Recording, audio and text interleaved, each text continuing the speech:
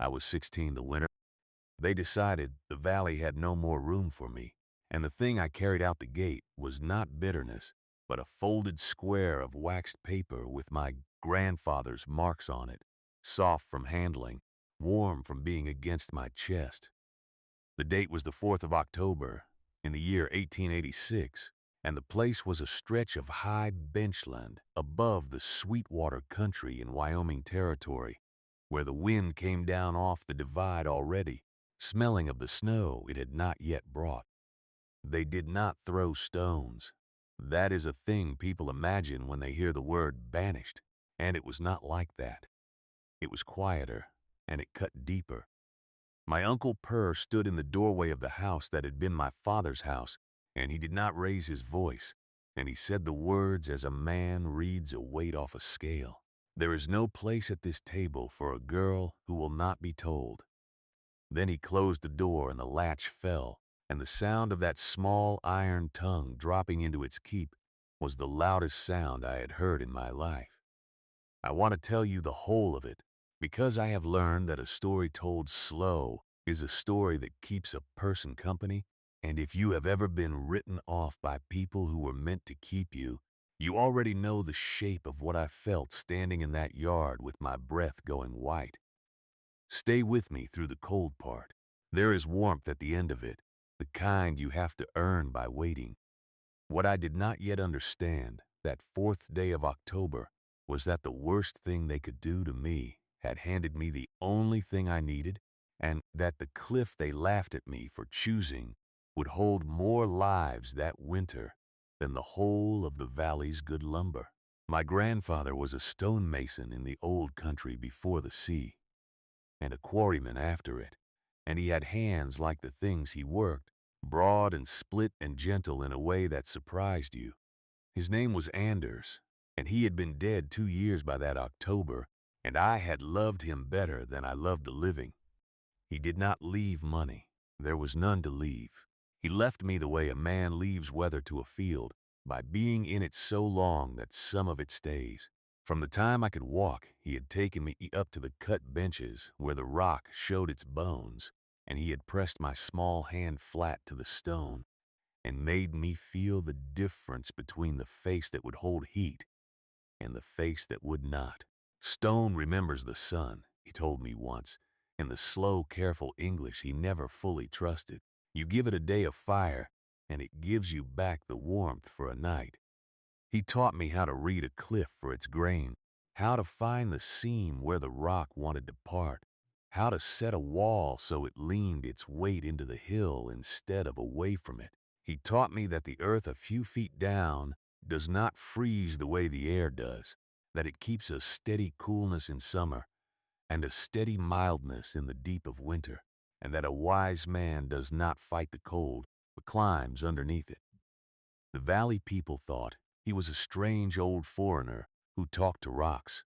I thought he was the only one of them who had bothered to learn the country before he argued with it. The trouble between me and my uncle was an old, slow thing, and I will not pretend I was easy. After my father died of the lung fever, and my mother followed him, inside the year, Purr took the house and the stock and the standing in the church, and he took me as a debt he had not asked for. I would not stop going up to the benches. I would not stop bringing home the wrong opinions about how a wall should be set or where a root cellar should be dug. When the men dug the new church cellar too shallow and it flooded the first spring, I said so, and I was right.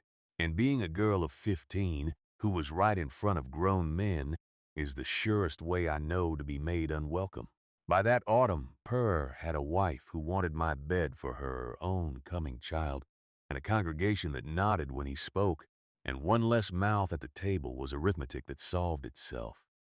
They gave me a sack of meal, a wool blanket, my grandfather's old tools because no one else would touch a dead foreigner's iron, and the dog. The dog was named Tup, a heavy brown beast with a white blaze, too old to herd and too stubborn to die, and Purr gave him to me the way you give away a thing you are glad to be rid of. I took the meal and the blanket and the tools and the dog and I walked north and west, up toward the high cliff that the valley called the Cold Wall because the sun left it early and the snow stayed late on its shoulder, and because no one wanted it, and because I had a folded square of waxed paper against my chest with my grandfather's drawing on it of exactly this kind of place. The Cold Wall was a long south-facing run of sandstone, 200 feet of it standing up out of the bench like the prow of a buried ship, and the valley's name for it was a lie, because the valley had never once stood at its foot in the afternoon. I had I had stood there with Anders the autumn before he died, and he had laid his old hand on the south face at 3 in the afternoon and held it there, and then taken my hand and laid it where his had been, and the stone was warm, not cool. Warm in October, with frost already in the mornings. He looked at me a long time and he said, "When you have nothing else, girl, you will have this rock. Find the soft seam low on the warm face, cut in. Let the hill keep the cold off your back, and the stone keep the sun on your front, and you will winter where strong men freeze." I had thought it was just talk the way the old talk to fill the road home. I understood, standing alone at the foot of it on the 6th of October with the dog leaning warm against my leg, that it had been a will and a testament, and that I was the only heir. I will not tell you the digging was easy, because that would cheat you of the truth, which is that it was the hardest thing I have ever done, and I would do it again tomorrow. I found the seam low on the warm face, just as he had drawn it, a band of softer stone, the color of wet sand running between two harder courses, and I knew it for the right one before I ever struck it, because when I laid my palm flat against it at midday, it gave back a warmth the harder stone, above and below, did not. My grandfather's iron was made for exactly this, a set of points and a heavy short maul, and 2 wedges worn smooth as river stones from a lifetime of his hands, and I learned the rhythm of it across the first week until my hands bled and then hardened and then forgot to bleed. You do not hammer stone, you persuade it. You find where it already wishes to break and you give it permission. He had said that to me in the quarry when I was 9, watching him take a block out clean while 3 younger men cracked theirs to rubble across the yard, and I had not understood it then as anything but an old man's pride. I understood it now with a maul in my raw hands and a winter at my back. I set the points along the soft seam a hand's width apart the way he set them, and I struck each one a little and then went down the line and struck each again, never driving one home alone, letting the stone feel the pressure all along the seam at once until it chose its own moment and parted with a sound like a held breath let go, a foot a day at first. Then, too, as I learned to read which way the grain ran and stopped fighting it, I carried the broken rock out in my apron, load after load until my arm shook, and I did not waste a single piece of it, because every stone I carried out was a stone I would lay back into the front wall that closed the cut to a door and 2 small windows. The hill took the cold off my back exactly as he had promised. The deeper I cut, the more the earth itself came around me like a coat, the steady, mild breath of ground that has never known the wind. By the time I was 8 feet into the cliff, the air around me at the working face stopped going white when I breathed, though it still went white at the door 6 feet away. And I would stand sometimes at the line between the two, half in the cold and half in the kept warmth, and feel on my own skin the exact thing the valley below could not be made to believe. I knew then, the way you know a true thing in your body before your mind has the words for it, that the old man had been right and the valley had been wrong, and that I was going to live. The knowing did not make me proud. It made me quiet, the way a person goes quiet who has been handed something too large to carry loudly. They came to look, of course. People always come to look at a thing they have decided is foolish, because a fool confirms them and a fool comforts them. The first to come up the bench was Halvor Brune, who ran the store at the crossroads and ran most of the valley's opinions with it. A wide, soft man who wore his certainty like a good coat. He sat his horse at the lip of my cut, and he watched me carry rock for a while, and he smiled, the smile of a man who has already won an argument in his own head. "So this is where Purr's girl went," he said. Not to me, but to the man beside him, a younger fellow named Ott, who laughed before he understood why. "She is digging her own grave a season early," Halvor said. "Saves the rest of us the trouble come spring. They call it the Cliff Girl's hole down at the store." He said it kindly, almost, which was the cruelest way he could have said it. And he turned his horse and went back down the bench, and the words stayed up there with me like a smell. The Cliff Girl's hole. I set them in the wall with the rock. I have found that a hard word, set into work, holds the work together better than mortar. I did not answer him. My grandfather had taught me that too, without ever saying it. You do not argue with a man about stone. You let the stone argue for you in its own season. When it is asked a question it cannot lie about. I should tell you about the dog through all of this, 'cause Tup is half the reason I am alive to tell it. He was too old to work and he knew it, and he made himself useful in the one way left to him, which was to be warm and to be there. He slept across the mouth of the cut while I dug, and he learned the bench and its smells, and when the marmots came out in the last warm afternoons, he watched them with a longing too tired to act on. At night he lay against my back in the deepening cut, and his old heart kept a slow drum that I learned to fall asleep by. I talked to him the way you talk to the only soul who will not repeat what you say. I told him my grandfather's lessons over again to keep them sharp, and Tup listened with the grave attention dogs give to a voice that is not angry. And somewhere in those nights of talking I stopped reciting and started understanding him, which are two different things, and the difference is the whole of this story. Anyone can copy the shape of a wise man's work. Only the one who understands why it stands can build it again where no one has built it before. By the middle of November, I had cut a chamber back into the hill, the length of two tall men and the height of one, and I had closed its face with a wall of split sandstone laid in the way Anders taught. Each course stepped a finger's width back, so the wall leaned its weight into the cliff and could not fall outward.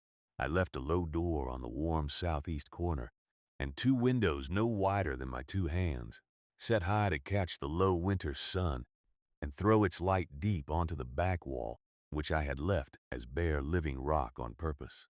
That bare back wall was the thing the lookers never understood and the thing that saved us.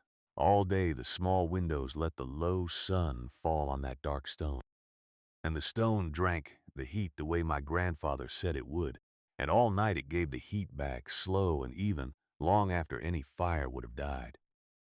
I had set those windows by feel and by Anders, not by any rule a man could write down, low enough and angled deep enough that in summer the high sun would never reach the back wall at all, and in winter the low sun would strike it square through the whole short day, so the chamber stayed cool when the world was hot and warm when the world was killing. I had a hearth too, a small one vented up through a crack I had opened to the surface and screened with a flat stone, so the smoke drew clean and the heat did not run straight out the top the way it ran out of the valley's tall chimneys. I had a bed of cut spruce boughs laid thick and the wool blanket over them, and a deeper pit dug into the floor of the chamber where the earth's own mildness pooled, and I lined that pit with dried grass, and that was where Toop and I slept, below the level where the cold can reach, in the breath of the ground itself. I did not have an R value to put to any of it, nor any word at all for the warmth that lives a few feet down. I had my two hands and a dead man's drawing on a square of waxed paper, and a winter coming down off the divide that did not care in the least what anyone in the valley believed about anything. The food was its own long labor, and I want you to see it because the valley assumed I would starve, and the assuming was half their cruelty. I had the sack of meal, which would not have carried a cat through to spring. The rest I made, day by day, through the last open weeks before the ground locked.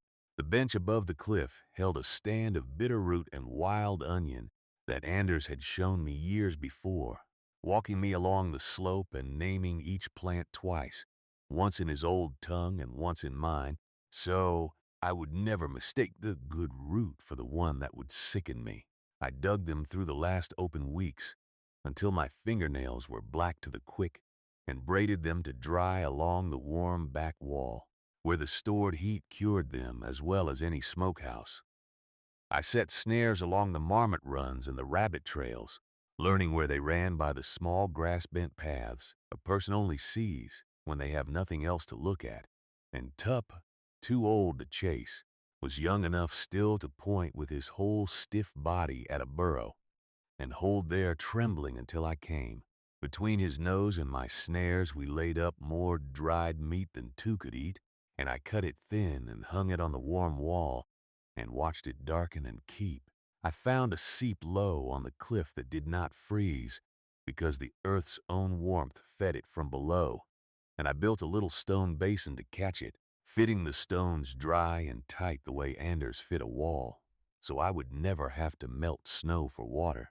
Melting snow for water is a labor that has killed more winter people than the cold ever did, because it costs more heat to melt a pot of snow than a starving body can spare to give, and they do not know they are dying of it until they are. I dug a cold store into the north end of the chamber where the earth ran cooler, and I packed it with what would keep through to spring, the roots and the meat and a clutch of late eggs I traded a marmot pelt for from a trapper passing south. I made tallow candles from the fat and a twist of my own apron hem for wick, and I laid them by careful, because light in the long dark is a kind of food too, the kind that feeds the part of a person that wants to go on. By the first hard snow, I had a wall of dried roots and meat, and a basin of running water, and a chamber that held its warmth through the night on, sunlight alone, and I had done it with a sack of meal, a blanket, a dead man's iron, and a dog. Set that against what the valley thought I had, which was nothing, and you begin to see the size of what they could not see. Around the middle of December, a man came up the bench who was not there to laugh, and his coming is the second thread you need to hold, because he is the one who carried what happened that winter out into the years after it. His name was Elias Rourke, and he was a surveyor, working the Sweetwater country for the Territorial Land Office, mapping the benches for the sections that were coming, and he had heard at Halvor's store that there was a girl living in a hole in the cold wall who would be a frozen curiosity by January. He came up expecting to make a sad note in his book. He found me braiding onion at a stone basin of running water with a fat old dog asleep in a sunbeam, and he stood in my low doorway a long moment with the warm air coming out past him into the cold, and he took his hat off, which no man in the valley had done for me in 2 years. He asked if he might come in out of the wind. I said the wind was the reason I had a door. He laughed, surprised, and he came in, and he stayed 2 hours. And he wrote in his book the whole time, and before he left he asked me to explain the back wall to him, the bare dark stone, because he could feel the heat coming off it, and the sun was already gone behind the cliff. I told him what Anders told me. Stone remembers the sun. He wrote that down too. I did not know then that those 3 words in a surveyor's field book would outlive me by 100 years.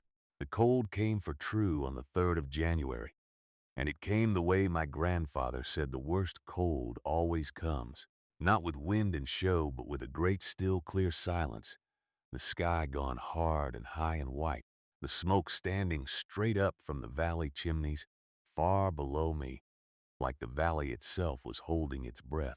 There is a kind of cold that announces itself with storm, and people respect it and prepare for it, and mostly live through it. Then there is the still cold, the high blue killing cold that comes down quiet under a clear sky, and that is the one that takes people, because it does not look like danger until it is already in the room. Anders had told me to fear the quiet sky more than the loud one. I had a piece of glass Elias had left me, a small spirit thermometer he pressed on me at the door, and on the morning of the 5th of January, it read 38 degrees below zero outside my door and 41 inside, and the difference between those two numbers was my grandfather's whole life given to me in one cold reading. 41 degrees with no fire burning, an hour before dawn, while the valley below me woke into a killing cold that had come down out of Canada like a sentence with no appeal. I want you to sit with me in that chamber for a moment the way I sat in it, because what came next came slowly, and I did not understand it until it was on me. I had built a warm room in a cliff, and I had thought that was the end of my story, the surviving of it. It was only the middle. The cold that judged me was also judging everyone below, and they had built their houses the way the valley had always built them, up in the wind on flat ground with thin walls and good lumber, and no idea that the ground beneath their feet was warmer than the air in their parlors. The valley burned through its winter wood in the first 10 days of that, cold the way a frightened man spends his money all at once and to no purpose. I learned the arithmetic of it later, household by household, the way you learn the names on stones. The Sorensons, 4 of them, in a tight new frame house they had raised that summer and been proud of. The straightest walls in the valley fed their stove day and night, and the heat went out through those good walls as fast as it went in, and by the second week they were burning the rail fence and then the chairs and then the cradle that was not yet needed. The widow Kell and her 2 boys ran out of cut wood on the 9th of January and could not get to the woodlot through the drifts, and she kept the 3 of them alive by taking them all into one bed and lying awake over them. Old Tomas, who had laughed with Halvor at my hole and slapped his knee at the word, kept his cabin at 60 degrees by the stove and 20 degrees at the wall 4 steps away, and woke each morning to find the water bucket frozen solid 6 feet from a fire he had not let die all night. They had built to fight the cold, every one of them up on the flat, in the clean wind with good sawn lumber and tight joints and tall stoves, and not one of them had ever once laid a hand on the ground beneath their own floor to learn that it was warmer than the air in their parlors. The cold walked in through the good lumber as if it were paper. The fires they fed could not keep ahead of it, because a fire is a thing you spend, and the cold is a thing that waits, and you cannot win a spending fight against a thing that simply waits. Below me, in the houses of the people who had names for me, the smoke stood up thick from every chimney in the first week, the whole valley pouring its wood into the sky, and I sat in my cliff at 41 degrees on no fire at all, and I lit my small hearth only to cook, and I watched through my hand-wide window as that smoke thickened, and then over the worst nights of the second and third weeks, thinned and faltered, and one chimney and then another went out. I did not feel glad, I want that understood. I had no gladness in me at all, watching those threads of smoke die. Only my grandfather's voice somewhere far back saying that the cold does not argue and does not forgive and does not care what a man believes, and that the only mercy in it is that it tells the truth. Halvor Brunn came up my bench on the night of the 14th of January, and he did not come to laugh. He came because the Kell boys were blue-lipped, and the widow could not warm them, and someone at the store, half in cruelty and half in a desperation that had burned the cruelty thin, had said the Cliff Girl's hole was the only warm place left standing. He came on foot because no horse would face that air, and he fell twice on the bench, and when he reached my door, he could not work the latch with his ruined hands, and he struck the wall instead, and I heard it and opened. The warmth rolled out of my chamber into his face like a wave, and I watched it take him. He stood in my doorway, the man who had named my home a grave, and he looked past me at the dark back wall, glowing its stored heat into the room, at the dog asleep warm in the floor pit, at the braids of food along the wall and the basin of unfrozen water, and his certainty came off him all at once, the way snow comes off a roof when the sun finally reaches it. He did not say much. People expect a speech at a moment like that, and there was none. He stood a long moment with his breath shuddering back to warmth, and the only sound was the slow drum of the old dog's tail against the stone floor. Once, twice, recognizing a visitor, then Halvor looked at the warm wall and at me, and he said the only thing there was to say. The old man was right. That was all. The old man was right. He did not mean me, though I was right too. He meant Anders, the strange foreigner who talked to rocks, dead 2 years and proven in a single sentence by the man who had buried his memory under laughter. I did not answer. There was nothing to answer. I gave Halvor a braid of dried onion and a strip of meat to carry strength back into him, and I told him to bring them up. Not him alone. All of them. Bring the Kell boys and the widow and old Tomas and whoever could not hold the cold, and bring them up the warm face of the cold wall to the hole they had named in scorn, and I would make room. He went back down into that black killing air, with food in his coat and a thing broken open in his chest that does not heal back the way it was. And within 2 days my chamber that I had cut for one girl and one dog held 9 souls, sleeping in shifts in the warm floor pit, the bare back wall holding the heat of a sun none of them had ever thought to ask anything of, and not one of those 9 died that winter, when by every account in the valley below they should have. I will give you the numbers, because numbers do not flatter, and they do not lie, and my grandfather respected them the way he respected stone. That winter the cold killed 11 people in the Sweetwater country. It froze stock by the 100 head. It took the Sorensen's baby and old Tomas's hands, and the use of the widow Kjell's left foot for the rest of her life. And these were the people who had done everything the right way, the valley way, with good lumber up in the clean wind.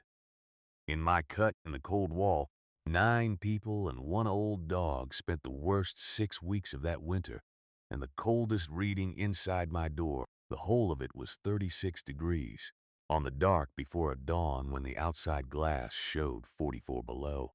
We burned across those 6 weeks, less wood than the Sorensens burned in a single day.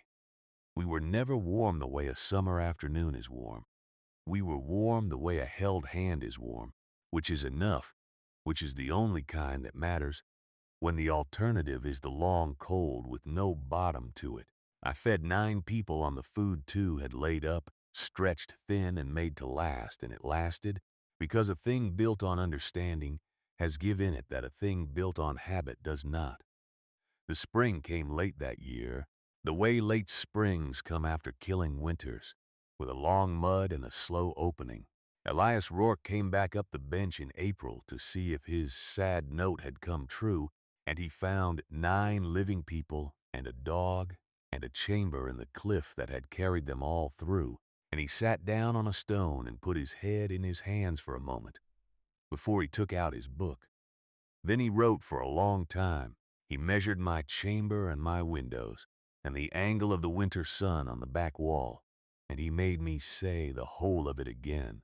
The seam and the lean of the wall and the stored heat and the warmth that lives a few feet down in the earth, and he wrote it all in the careful hand of a man who has understood that he is copying something down for people not yet born.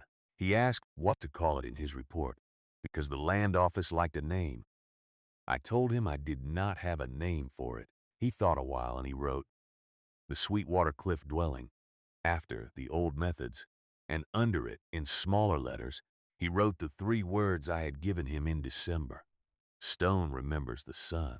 That report went to the territorial office, and from there into the records. The records outlasted the territory itself. Within 2 years, there were 3 more cliff cuts along the warm faces of the Sweetwater benches, and within 10 there were a dozen, and the men who built them came to me first, the ones who were wise, and they sat in my chamber with their hats on their knees, and asked not how to copy the shape of it, but why the shape was what it was. Those were the ones whose dwellings held. The ones who only copied the shape, who cut a hole in any cliff facing any direction, and laid a wall any old way and left no bare warm wall to drink the sun. Those froze the same as the valley froze, and came back to me the next spring humbled, and learned the hard way that the inheritance was never the whole. The inheritance was the understanding.